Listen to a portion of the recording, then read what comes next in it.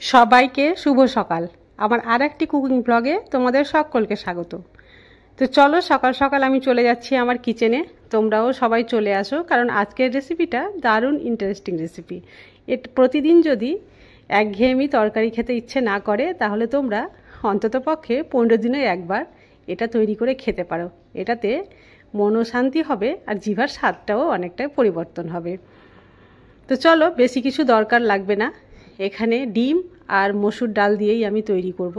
তো দুটো ডিম নিয়ে নিয়েছি আর ফাটিয়ে একটা বোলে নিয়ে নিয়েছি। আর মসুর ডালটা আগে থেকে কিন্তু ভিজিয়ে রেখেছিলাম, ভিজানো হয়ে গিয়েছিল আর সেটা আমি বেটে রেখেছি।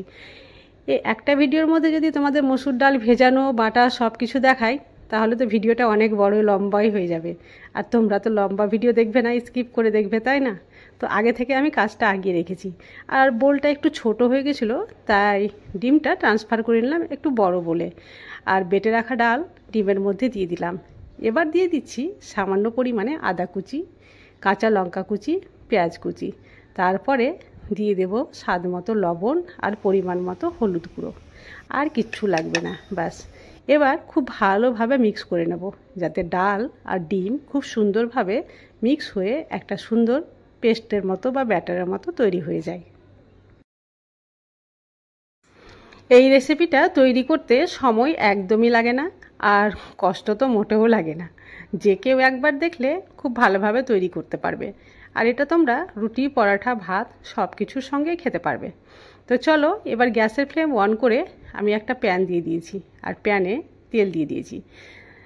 তেল আমি অল্প করেই দিয়েছি, কারণ আমি ছোট ছোট করে ডিমের অমলেট করে নেব।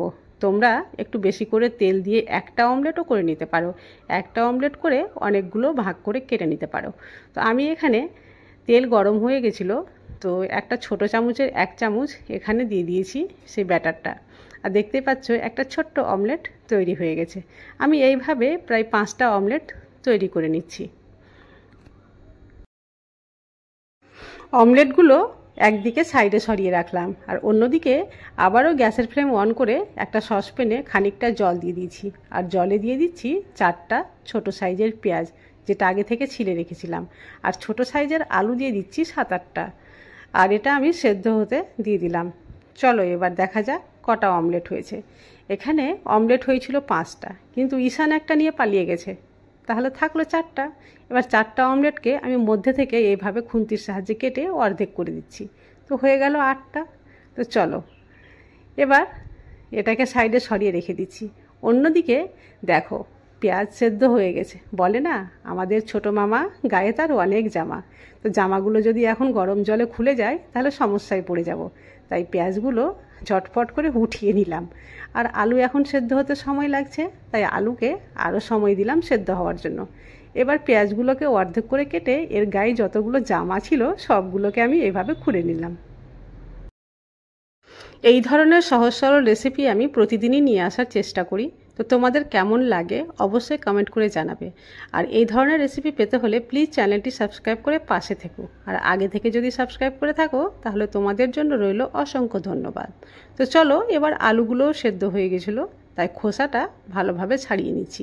আর আলুগুলো একটু ছোট সাইজের নিলে বেশি ভালো হয়, কারণ এটা মধ্যেখান থেকে যখন আমি কাটবো, তো যাতে দুটো সমান টুকরো হয় আর কাটাটা হয়ে যায় খুব ভালোভাবে, আর বেশ বড়ও না থাকে আর ছোটও না থাকে। এই যে দেখো, এই আলুটা একটু বড় হয়ে গেছিলো, তাই একে 4 পিস করে নিলাম। আর সবগুলো আলু 2 পিস করে রেখেছি। তো চলো, পেঁয়াজের জামাও খোলা হয়ে গেছে, আলুও কাটা হয়ে গেল।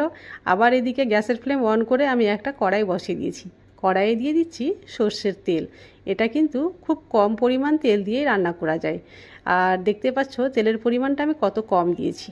আর তার মধ্যে দিয়ে দিলাম আস্ত জিরে আর একটা শুকনো লঙ্কা।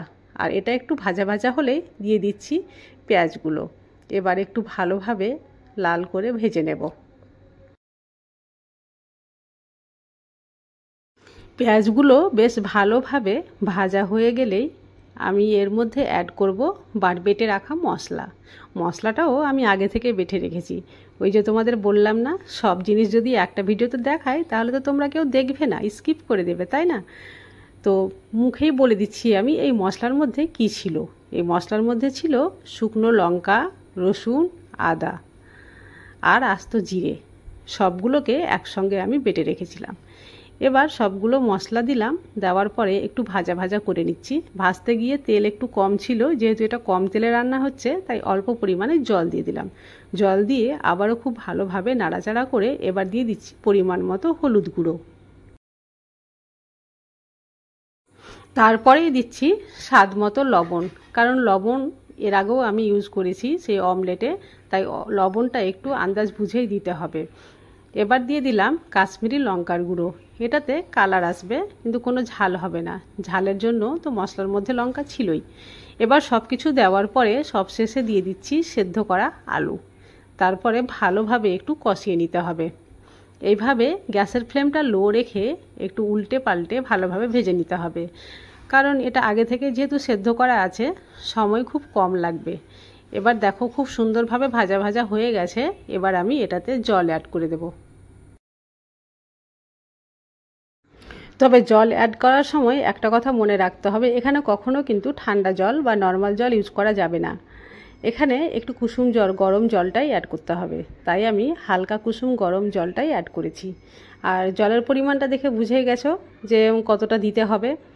তোমরা যেমন মানে গ্রেভিটা খাবে ঠিক সেই মাপে জলটা দেবে। তা আমি এখানে আজকে একটু গায়ে লাগা লাগা খাবো, তাই জলটা একটু কমই দিয়েছি। আলু যেহেতু সেদ্ধ ছিল আগে থেকে, তো বেশি জল এখানে লাগবেও না। আর একবার ঢাকা দিয়ে রেখে দিয়েছিলাম, ফুটে উঠে গেছে। এবার আমি ডিমগুলো এর মধ্যে দিয়ে দিচ্ছি, মানে ডিমের যে অমলেট করেছিলাম সেগুলো। এবার এটাকে দিয়ে ভালোভাবে খুন্তির সাহায্যে একটু গ্রেভির মধ্যে ভালোভাবে চুবিয়ে দিতে হবে, যাতে ডিমের মধ্যে গ্রেভিটা খুব ভালোভাবে ঢুকে যায়। তারপরে আবারও ঢাকা দিয়ে রেখে দেব। আর বেশিক্ষণ সময় লাগবে না, মাত্র 5 মিনিট হাতে সময় থাকলে এই রেসিপিটা তৈরি হয়ে যাবে। তো চলো এবার আমি ঢাকা দিয়ে রেখে দিচ্ছি 5 মিনিট। 5 মিনিট পরে ফিরে আসছি। এই যে দেখো 5 মিনিট পরে খুলে দেখছি তরকারি একেবারে রেডি, একেবারে নতুন ধরনের একটা তরকারি। তো চলো দেখেই বুঝতে পারছো যে কত সুন্দর হয়েছে। খেতে অবশ্যই ভালো হয়েছিল। তো তোমরা একবার হলেও এই রেসিপি অবশ্যই ট্রাই করে দেখবে। সবশেষে দিয়ে দিচ্ছি গরম মশলার গুঁড়ো। তোমরা যদি এটা পছন্দ না করো তাহলে স্কিপ করতে পারো। এবার আমি একটা সার্ভিং বলে সার্ভ করে নিয়েছি। আর দেখো কাছে থেকে এর ফাইনাল লুকটা কত সুন্দর হয়েছে। দেখে মনে হচ্ছে যে সবটাই খেয়ে ফেলবো, তাই না? কার কার এটা দেখে ভালো লেগেছে অবশ্যই কমেন্ট করে জানাবে। এতক্ষণ ধরে ভিডিও দেখার জন্য তোমাদের অশেষ ধন্যবাদ। আজকের ভিডিও যদি তোমাদের ভালো লেগে থাকে প্লিজ একটা লাইক করে দিও। আজ তাহলে এই পর্যন্তই, দেখা হবে নেক্সট রেসিপি ব্লগে। ততক্ষণ পর্যন্ত তোমাদের সকলের সুস্থতা কামনা করি।